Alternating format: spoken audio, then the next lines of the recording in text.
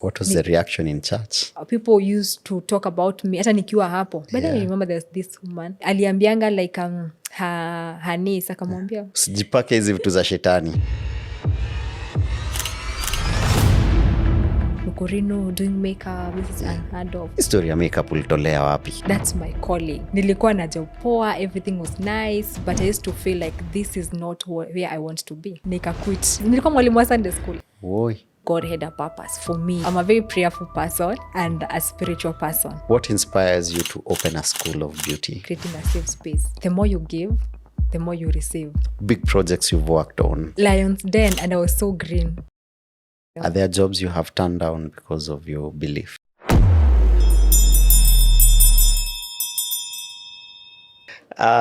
Classmates, mko fiti? Welcome back to another class, another episode. Leo ni mambo na urembo mtu yangu. I hope alikuja na makeup kit. Nataka kufanyiwa makeup leo. Today we are talking about beauty and the beauty industry. And there's an amazing makeup artist who's going to be our lecturer for the day. And she's come up in the industry. Manzi hatujui alitokea wapi, but all of a sudden she's a big deal and her work is amazing and she's doing amazing things. As usual, we're having this conversation at Longonot Place. Check them out to book for your staycation. Mta moja amazing sana. Married men, tulisikia mnajua Airbnb zote kwenye ziko, please. Yeah, check out this space. Also Luku kama imekubali, talk to Rajab Karume on social media, on Instagram mostly. Sure unataka Luku ya CEO on a budget, ata come through Rajab. Sure kwanza ni field director amekuskuma, itishe your discount. Our lecturer for the day is none other than Carey. Ni aje? Poa sana. Uko fiti? Yeah, niko poa you. Mimi niko fiti. Pleasure meeting you. Nimekuwa tu nikikuona online. This is the first time we are meeting and I'm excited about this. Uko fiti? Yeah, me too. Thank you for having me here. Awesome. So wacha tuanze the big question, the elephant in the room. Carey. Is it Carey like Maria Carey ama ni Carey ya Wagari? It's Carey. It's Carey. Wewe. Though ina depend umetoka wapi. Wengine ni Carey, wengine ni Carey, wengine ni Carey. Wewe. So I accept zote. Una accept zote.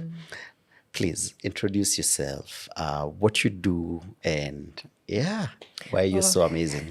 Yeah. Okay, my name is Carey Priscilla. I'm a founder of Carey Beauty College and also a director. Right. I'm also a content creator, a lifestyle content creator at Carey Priscilla. Right. So I have 2 companies running. Na ziko sawa tu zote. And I mean, which one blew up first? Your makeup job or the influencer bit? You as a content creator? Funny enough, I started both page at the same time. Ala? So nililaunch career at the same time. Oh, nice. Yeah, because for me nilikuwa ule mtu, I used to believe like, why am I in social media if I'm not making money? Yeah, so sikuwa kwa social media. Yo. If you're somewhere, you need to be making money. Yeah. But had you been doing makeup before you opened the page? Had you been doing makeup for a while before that? No. I started green. Are you serious? Yes. So ulifungua page ya makeup the same time unaanza career yako ya makeup? Yes. Oh, that's interesting. I know. Yeah. Mbona ulikuwa umejiamini hivyo? As in? Naweza sema ni God. Okay. Because back then I was working as an accountant. So wow. Nilikuwa na job poa, everything was nice, but I used to feel like this is not where I want to be. Okay. So just one day I took a leap of faith, nika quit. Wow. Yeah, looking back, haikuwa like the best decision because sikuwa nimejipanga financially. I didn't have like capital to start even this company. Yeah. So you need struggle a bit. But I started. Right. Yeah. Wow. So umeanzisha page ya makeup. Are you at this point, do you know how to do makeup? Ama una learn as you're running the company, as you're starting the company? Okay, so I quit my job April. So January, nilikuwa naanza sasa kuangalia tutorials za YouTube, and also I had a list of like all Kenyan makeup artists. So I reached out, nikatuma like a very professional email DM, na kama walikuwa na namba ya simu natuma WhatsApp na message. Wewe. But unfortunately nobody got back to me. Young life ni hard. But now Yeah. I usually love this part of the conversation juu at that point unaonanga guy, yani hatu wanakuanga hivi hawezi nijibu. But right now in your position, how many emails and messages and SMSs do you get? But I tried to get back. To all of them? But actually that's where I started Carey Beauty College. Okay. Yeah, Yes. to give help to all those people mwenye wangetaka, wenye kama mingekuwa in that position ningetaka hiyo usaidizi kupata. Okay. Yeah. Sorry, you are telling me the journey now. Okay, January. yeah. So after also doing research, because I used to go to work very early in the morning, nafanya kazi at least by 2 nilikuwa nimemaliza job. So naingia YouTube, I watch tutorials hapa na pale, I download some. When I go home, I try to do. But it's not easy using YouTube. So I needed to go now to the industry itself. So nikaona sitaweza nikiwa job. So I decided to quit my job. Ndio niingie kwa industry. Watu wako around you walisema nini? So my mom alikuwa first shocked. I remember my brother being ako like ni one of manager in like is it top 4 auditing firm. Yeah. Because niye alikuwa amenisaidia also ku get this job. Yes. Na alikuwa ananipangia kupata job kwa hizi also big 4. He was not in the country. So my mom just called him akamwambia, your sister ameacha kazi. So my brother called me. I remember akanipigia simu akaniambia, of course aliongea sana, but they just now called a family meeting. Uliitiwa meeting? Tulitoa meeting. Wewe. Then I remember my dad aliniuliza, is this really what you want? Nikamwambia yes. Okay, my mom akaniambia, okay, if this is what you want, when you mokorino, first you are going to face a lot of challenges with church. Yeah. Akaniambia also pia mimi kama mzazi wako nitakuwa na vita kwa kanisa, but I'll support you. Wow. Wakaniombea. Kekelewa mikono. Hizo maombi zilifanya kazi. Kazi. Nice. So at least you can prepare like one, since nilikuwa na like now the backup ya wazazi and also my siblings and all that. At least you ilini push. Right. Now to start this journey, na to do it. Wow. Oh, wow, man. Okay, so umeombewa na wazazi. ume quit kazi. Umeanzisha page. Umelearn tutorials. Do you remember the first client you landed mwenye alikulipa for makeup? Do you remember that moment? Of course I do. Yes. By that time I remember I used to, by the way, I'm also an actress. Anyway, story for another day. Very nice. Ndio your audition. Yeah, okay, yeah. For those who watch Inoro, Yeah. they know me. Wow. So I remember that time nilikuwa na act sana. So I remember kwa hiyo production, of course kulikuwa na like watu walikuwa wanajulikana. And I said nitawafanyia makeup. So kuna sasa anaitwa ni Alex Karani, yeah, a musician. So alikuwa kwa hiyo shoot that time, so ako like, by the way, I have a song coming up and all that, you can come do my makeup. Yani nilikula pesa yake ya kwanza. Oof, nice. Yeah. Yeah. How much were you paid for your first gig? Ama tusemangi. No, ilikuwa 1500. No, that's ilikuwa siku mzima. Siku mzima for 1500. No, I mean kuna kwanga na satisfaction fulani ya kulipwa for something you actually enjoy doing. Yeah, because before then nilikuwa nimefanya free gigs, free for exposure and all that. Msanii exposure, kulipwa na exposure. So that means you're buying products. Exactly. Yeah, and then you're still using them but no one is paying.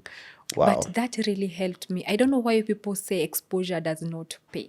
Actually, I would love to say it's how you use the exposure you are given. All right. Because I remember by then, and now when I met Alex, I was able now to approach celebrities. He's known. Yeah. So having him on my page, I was now able to approach others. So I decided to now start approaching some celebrities. So I started home, like now in Noro. Yeah. People, I started now talking to them with Helen. They were doing Rumoka, and I was like, I can be doing your makeup when you're going for the show, do all that. Yeah. So waking up at 4 to do her makeup. Wow. Yeah, because she's in the ako kwa breakfast show. Exactly. I Yeah. know alikuanga like a show on Sunday. Then they were shooting promos. So I have to avail myself like mostly on Wednesday. Nashinda now the whole day shooting these promos. Remember, you're not being paid. Yeah.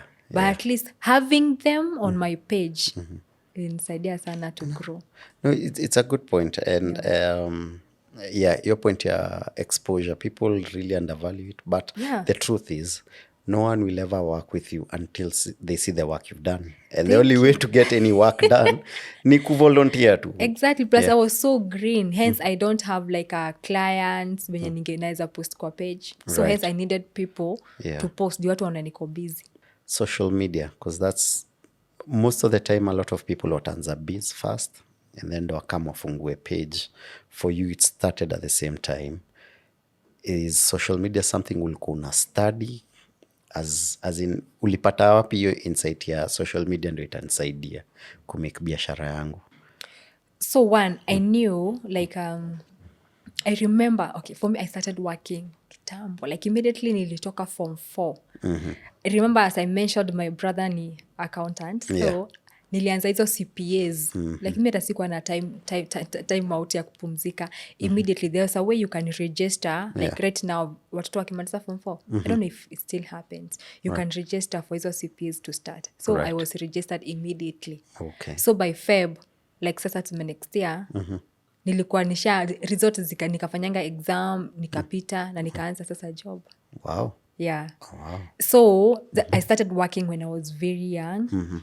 So since unaona Kamukunji, I don't know if you know Kamukunji, inakuanga town na huko chini kabisa. You don't know if I know Kamukunji? Yes, please, niambie juu ya Kamukunji yenye una-assume sijui.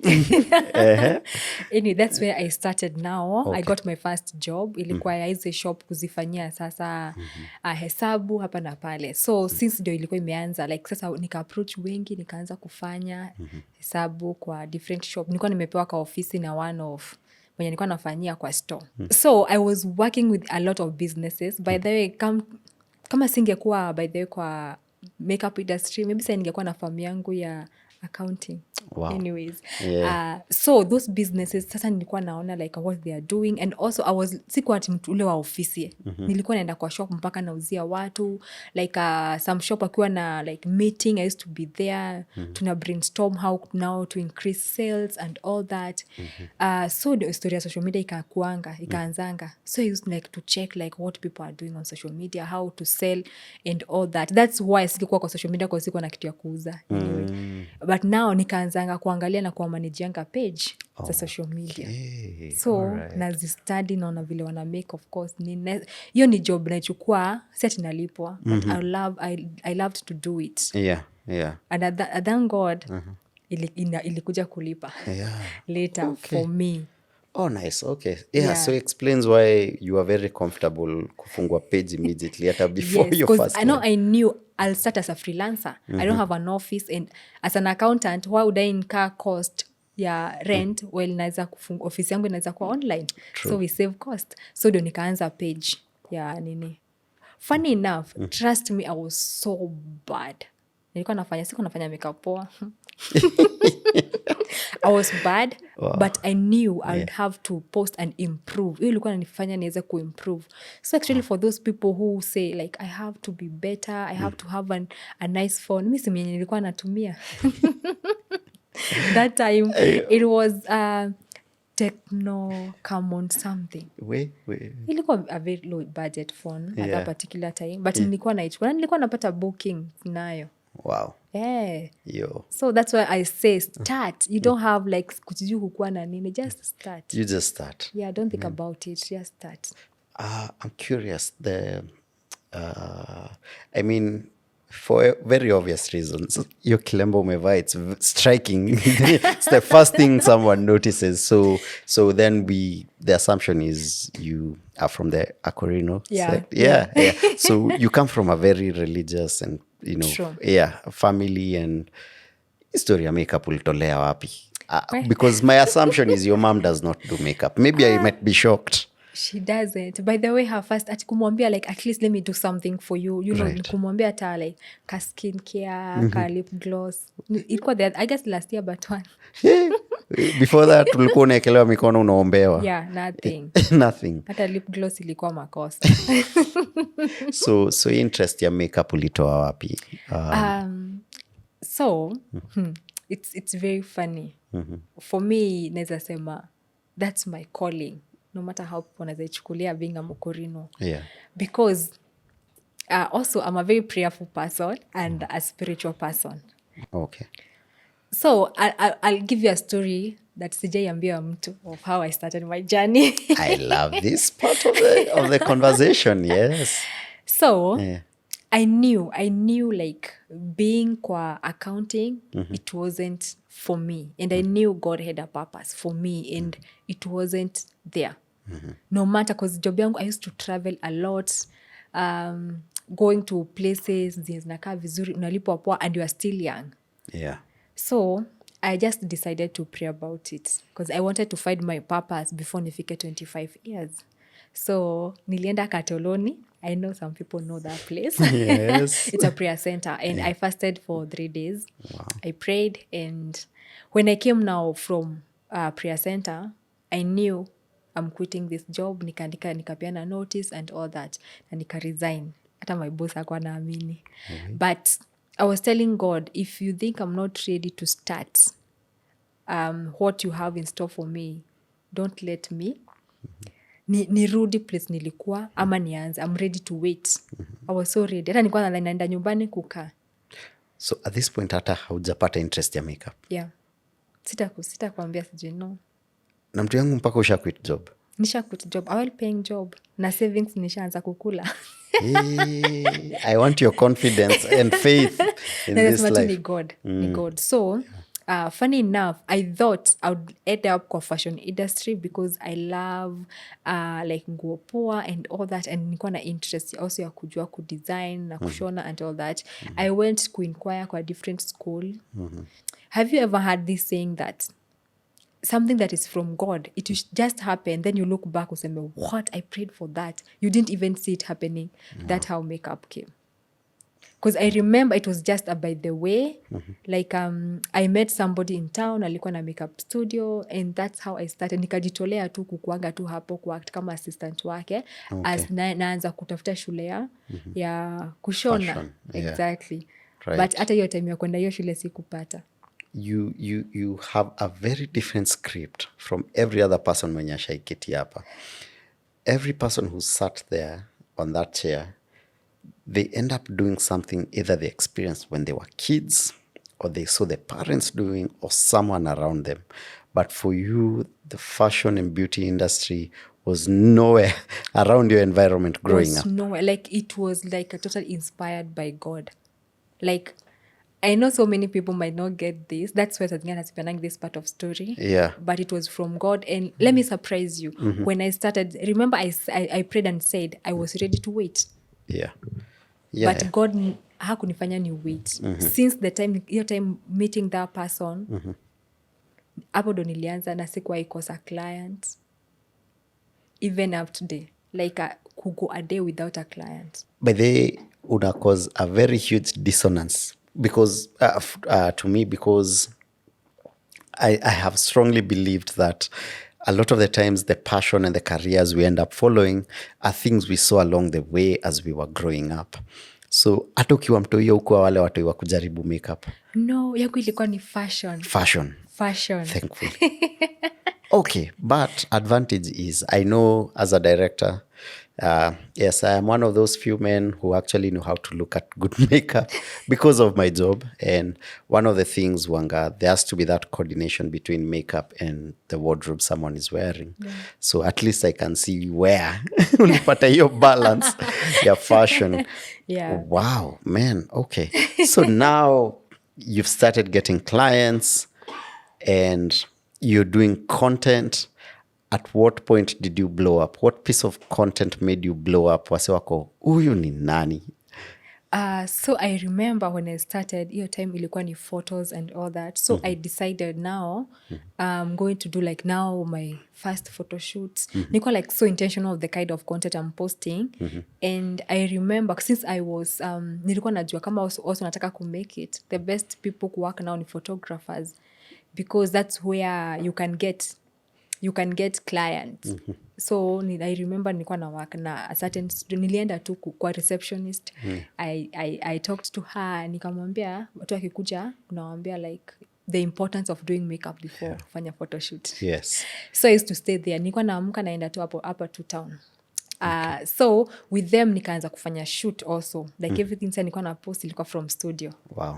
So I remember like the first photo shoot I did, ndio ilikuanga sasa kila mtu akaanza kujua Mukorino doing makeup, this is unheard of. So ilikuanga na pros and cons zake. What was people's reaction ukiingia pale ukitafuta job ya makeup? Mtu yangu tunaona ikilemba, tunajua nyinyi na makeup. True. Yeah. So but then it was very difficult for me, like people say like turban ndio my selling point, but back then actually yes. Ilikuwa inaninyima clients. Yeah, for sure. Because I remember nilikuwa na a friend of mine who is also a makeup artist. Tukienda na yeye mostly kila mtu alikuwa na prefer kufanyiwa na yeye kuliko mimi. So what I used to do, nilikuwa naenda na mimi na full face beat. Like they see now nakuwa walking billboard. Right, they see what I can do. Right. So they are comfortable kuwafanyia makeup. Yeah. Wow. Again, because you look like faith is a big part of you and what you believe in. But we know beauty and the makeup industry, na nguo nyingi hazipelekanangi zitakwanga hivi. You know, and you know, how did you make peace with that? You're going into an industry where, you know, I have done shoots for fashion. So I know if you're working with models, they only have clothes when they're on the runway or when the camera is clicking. Wakirudi backstage most of the time, because they're changing into the next attire. Yeah, how was that for you? For me first, nakuanga very authentic with myself. Yeah. And also that's why I was even nianza kufanya makeup, nilikuwa naenda nayo kanisa. Me siwezi pretend like I'm this person. But na huku nje niko mtu different. Vile na meet kwa church, ndio bado niko huku nje. All right. So nilikuwa naenda na makeup hivyo. So I guess the fact that... What was the reaction in church? Choma. Okay, naweza tu guzilia. Of course it wasn't good. Yeah. Because I remember kuna time hata niliannouncewa hapo mbele. Oi. And also nilikuwa mwalimu wa Sunday school. Kwa hivyo unatuharibia watoto wewe. Unatuharibia watoto. Yeah, exactly. I had to quit. Because now like people used to talk about me hata nikiwa hapo. But I remember there's this woman.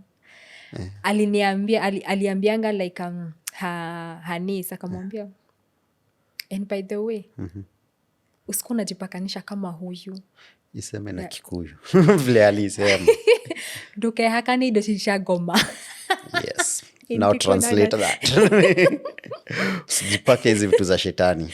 Yeah, so like I guess watu walikuwa naongea sana, but I guess ilini hit because aliongelea the fact that nilikuwa hapo. And not only that, like my mom alikuwa na receive like the most. Hata ni vile alikuwa na shield, unaona? Alikuwa anasema, hey, she's my daughter. She's making a living. Leave her alone. And right now, how is their reception to you in church after... See, they started booking me for weddings.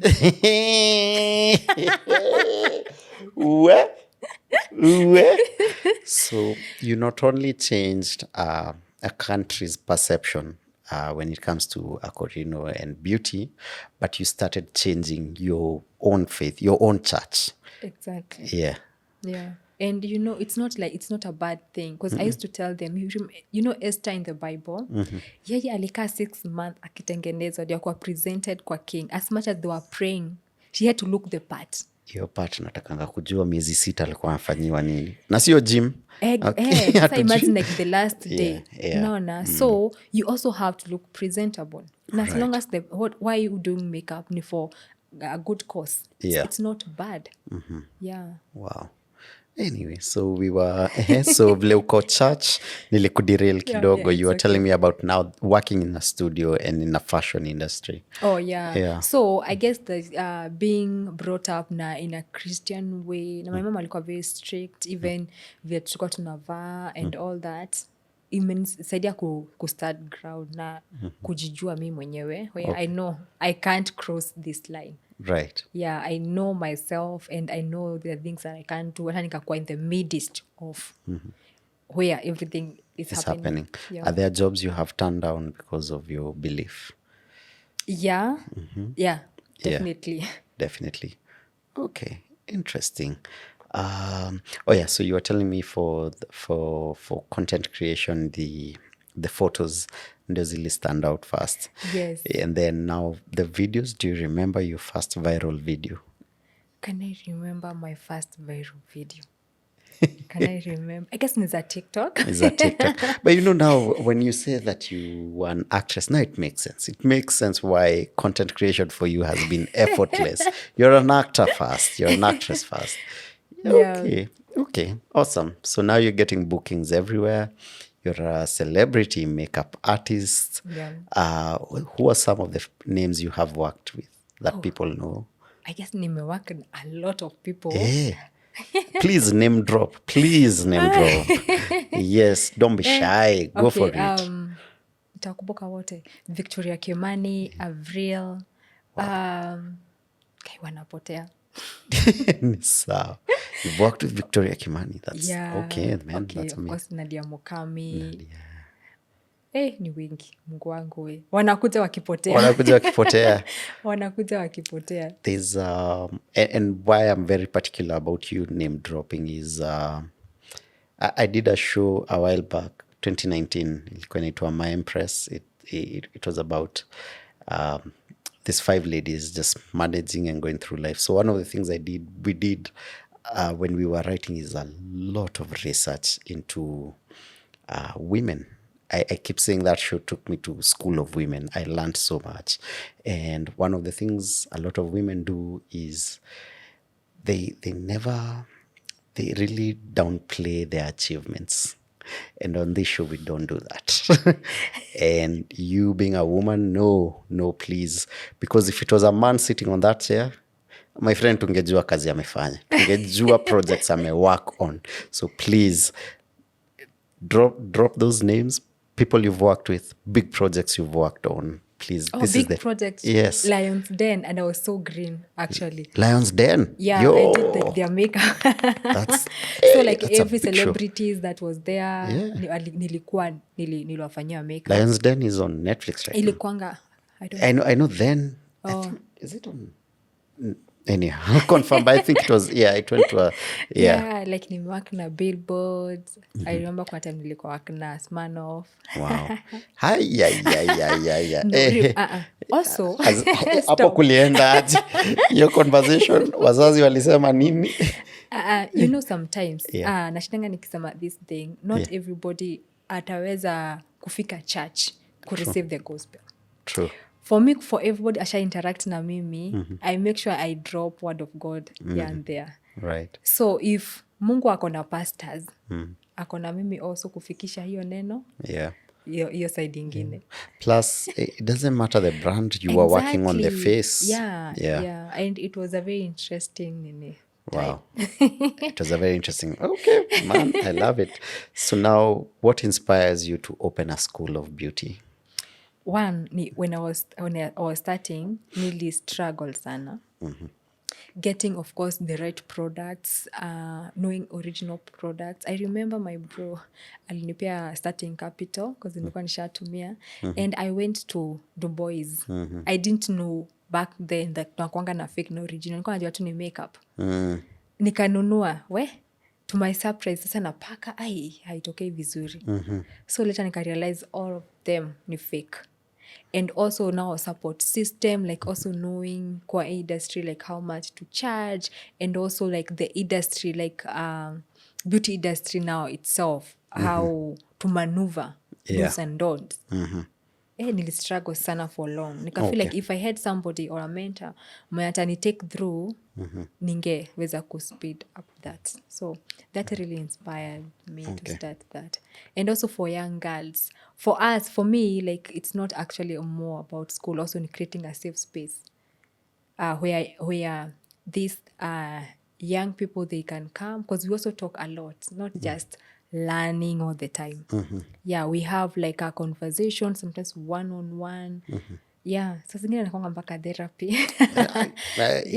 Trust me, Oh, wow, that's amazing. How many students have gone through your school right now? Wow, I know. I can say like right now, over 600. What? Yeah. Wow, that is very impactful, man. I know, How and some many? of them, they are doing amazing. Like we had graduation the other day, and 10 of them walikuwa washapata job even before the graduated. graduation. Yeah. So I'm really happy to also see like young girls and like wakiweza ku-earn mapema when they're still young.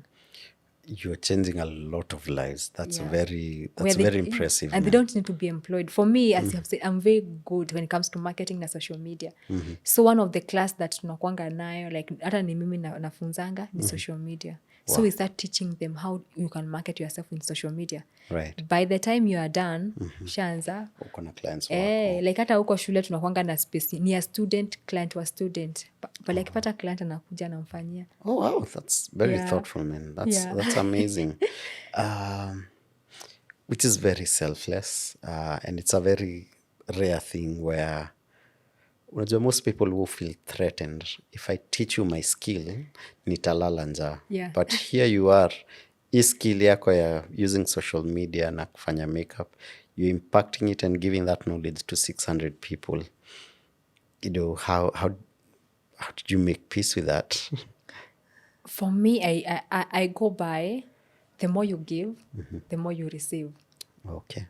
And Mungu hawezi bless mkono iko hivi. You have to continue giving and You have to giving. open your hand. Like all my students wanajuanga, like nikikupea a platform and I see you are picking up, na unakwanga now my personal projects.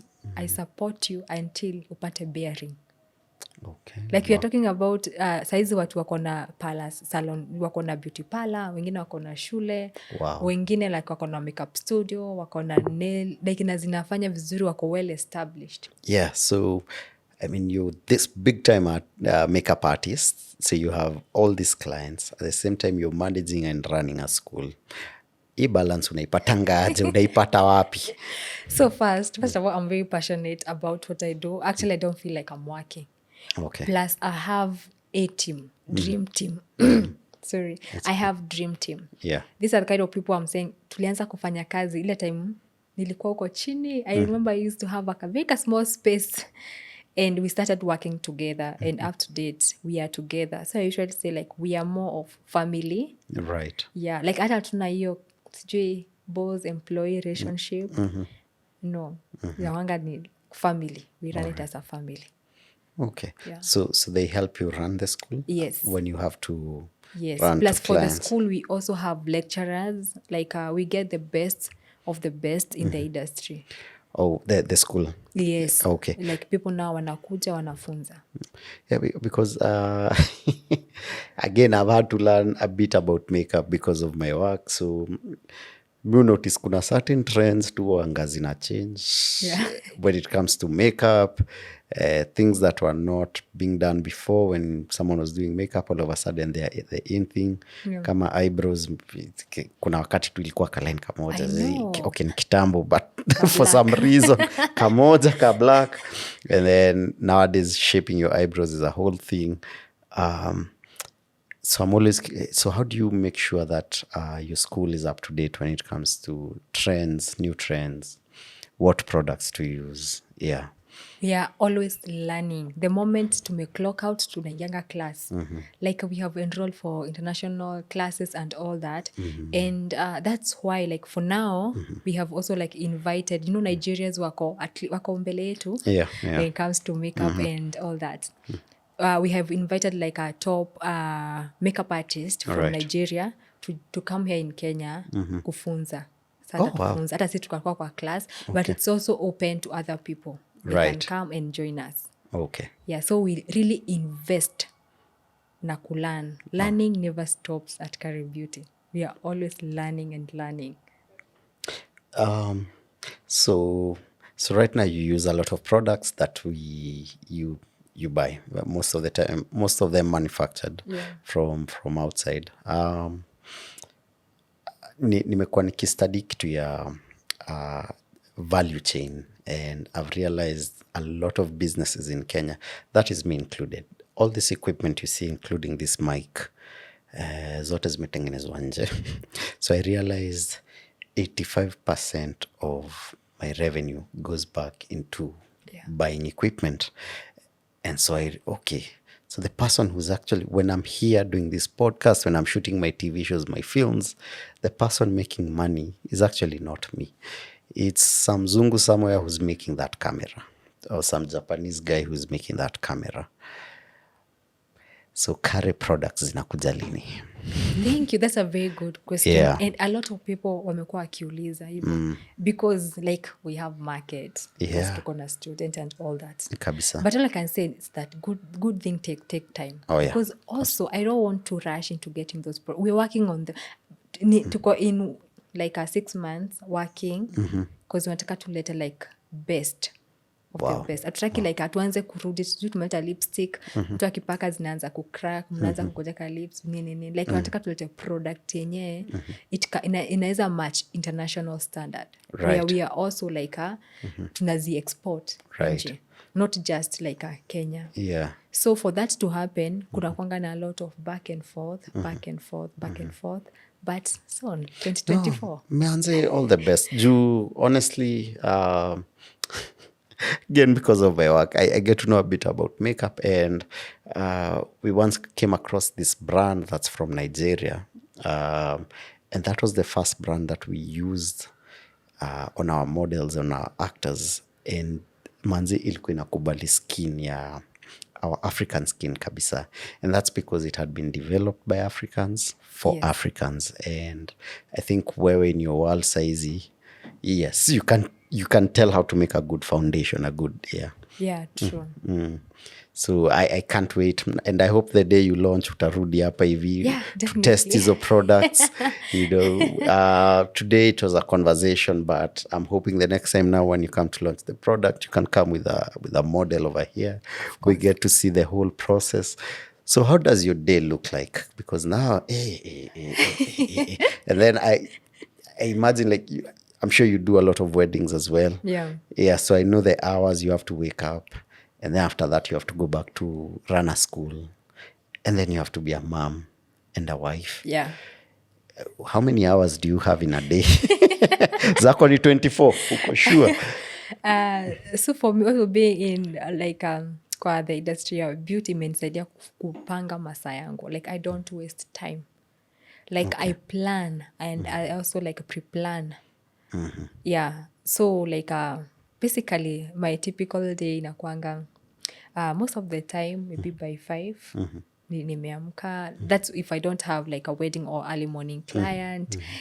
Pray, like have family time with kids, like husband, breakfast, and by 10 I'm out of the house. Right. So I have sometimes we have like content we are shooting for.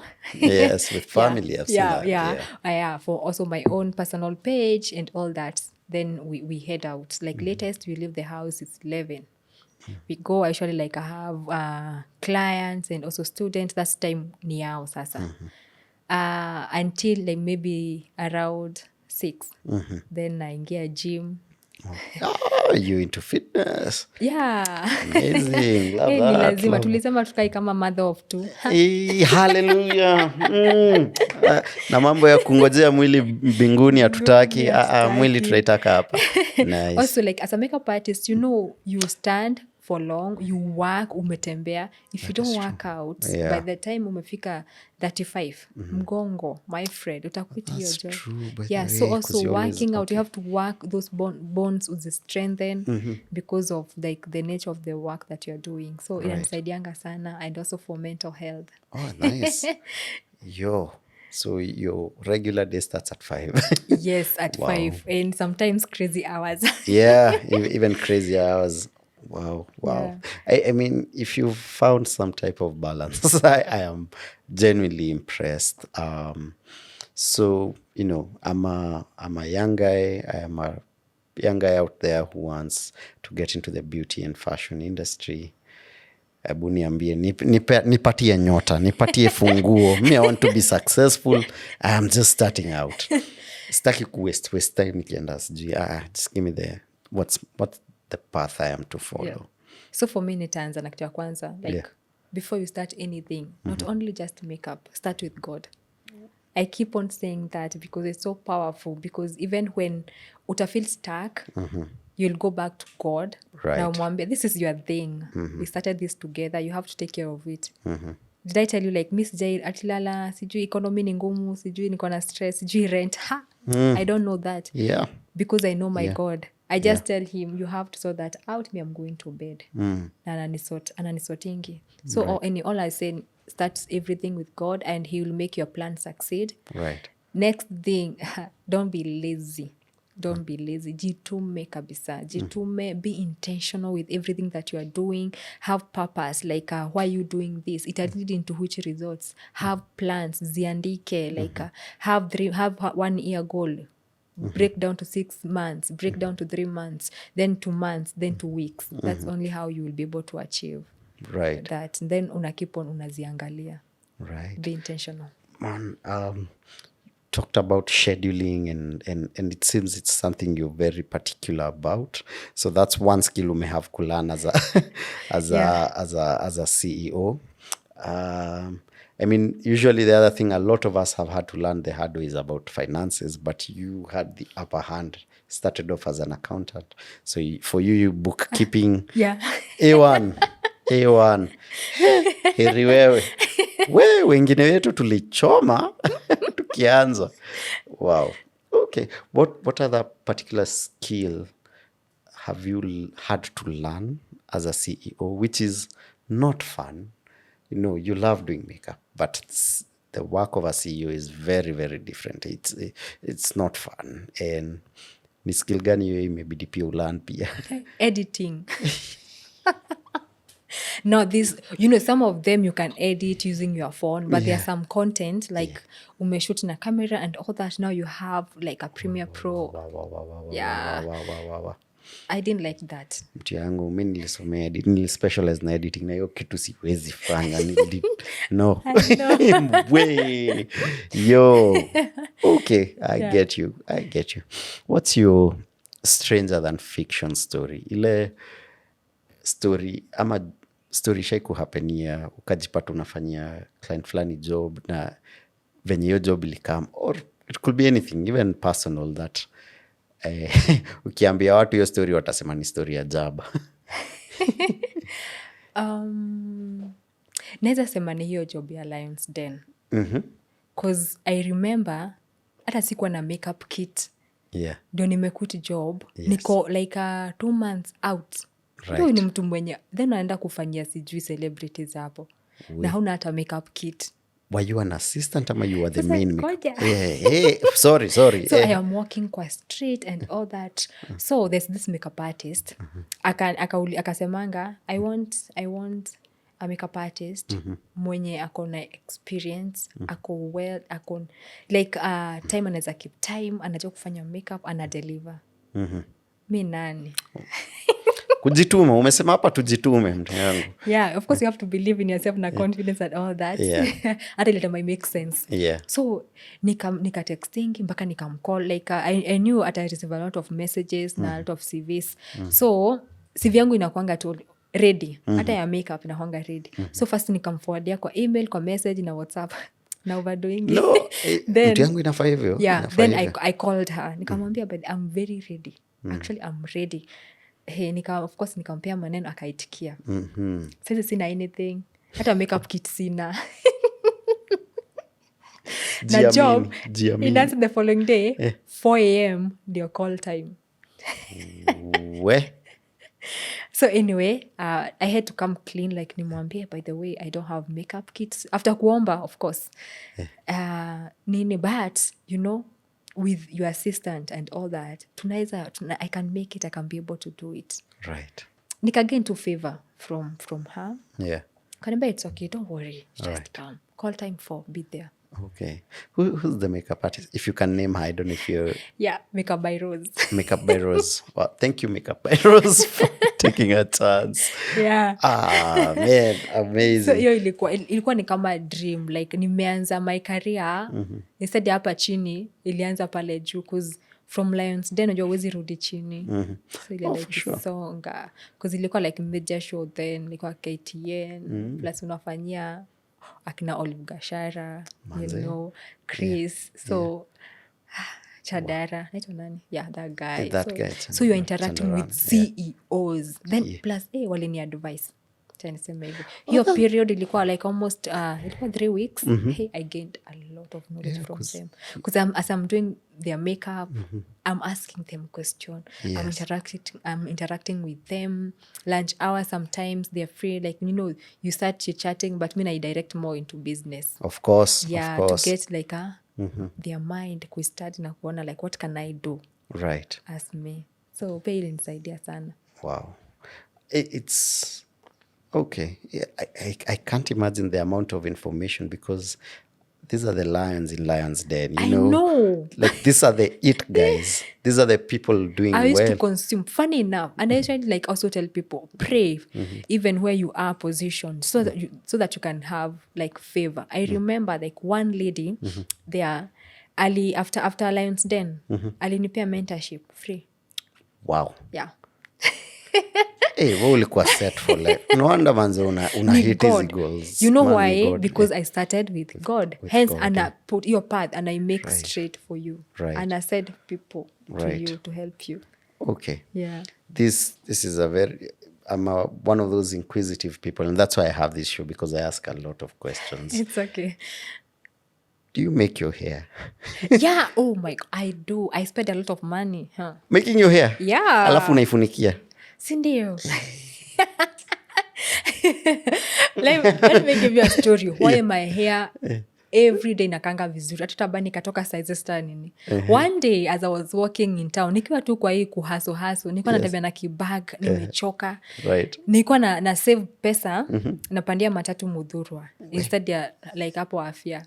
Mtu yangu lazima tutembee. So I remember kwa zebra crossing nikienda kuvuka barabara. Tumesimama tu hivyo watu wengi. Wazimu akakuja akatoka na tabani yangu. That day nilikuwa na bad hair day. So everybody alikuwa like, amechukua nini, because they're saying but now my hair is so bad. It was bad. Hey, so kila mtu alikuwa like, amechukua nini. Mimi niko pale na nasema hakuna. Because if I tell them turban ita nini, because nywele yangu inakaa vibaya. Then wanashanga ude ako nakaa vizuri lakini nywele yake anakaa wazimu, you know? Kwenye makeup, kwenye look. But hair. So I went, nikanunua scarf and all that. That's kwenda home, nienda straight to the salon. From that day, I made a vow. Never will I walk with my hair looking bad. Umenimaliza. Wow. Okay. So ladies, make your hair do anytime kitamba inaweza enda. I know, yeah. That's a good reason. It's a good motivation. Sikuwa na nywele mbaya tangu hiyo siku. Hallelujah. Oh man. What's your mantra? What's your line ushinda ukijipiga tu unajiambia it's the reason that keeps you going? Involve God. In God. Everything that you do. Yeah, start with God. Start with God in everything that you do. Yeah. All right. After that hilarious story and that last line, involve God, start with God, Man, this was an amazing conversation. Check. I didn't think it will be this funny, but thank you so much for your time and honoring us and the team just to come through for this conversation. Asante sana. We're so proud of you. We're watching. Keep going. We applaud you. All right. Thank you. Yes, and we celebrate every CEO like you taking strides to change things in whichever industry they're in. So manze, tunakuwatch, tuko hapa hivi tunakuchia. Thank you. Thank you for coming through. We're still having this conversation at Longonot Place. Come book your staycation with them. Luku kama imekubali, talk to Rajab Karume, atakupiga luku ya CEO on a budget, man. And I think that's an amazing thing. Tuko hapa hivi get good deals. And to my entire team, which is a huge team, thank you for believing in my crazy dream every day. Mnamkanga hapa hivi mapema, tunatoka hapa late. From our director of photography is called 44. Yes, 44. Yes, jina yake ni namba, sijaijua kwa nini. Our wardrobe stylist Mercy yendo wangana ni style after look zimetoka from Rajab. On sound we have Michireti, the one and only from Real Housewives of Kawangware. Jina yake ukweli ni David Marucha. Sasa sijui kama nimechoma nikisema ama hapo utamute. Iko sawa. On camera we still have Aizo Katule who's in charge of lighting and also manning one of the cameras. Tuko na Ous. Ni Trevor Uma. Ama nimedanganyana. We. Ndio hiyo. Also on camera we have Spikes. I think he stepped out a while back. And then we have our manager Mukami. We have Salimo, our producer, for making everything happen. San Newson, who does graphics for us. That's why page inakaa tu fiti mtu yangu, hizo thumbnail. We have Richie, who's in charge of transport. We have Samsonia does photography, although for this particular episode he was not around, but yes. Kuna mtu nimesahau? Isaiah. Hapo hivyo kwa dishi. Isaiah ndo wangana tujenga hapo kwa food. Awesome, man. To all of you, asanteni sana. Keep subscribing. The more you subscribe, the more you watch, the more you're able to share this channel. Is the only way I can be able to sustain and run this whole team, because yes, hawezi fanya kazi ya kanisa for long, and the more you subscribe, the bigger our guests get. So please continue subscribing. And on that note, tupatane next class.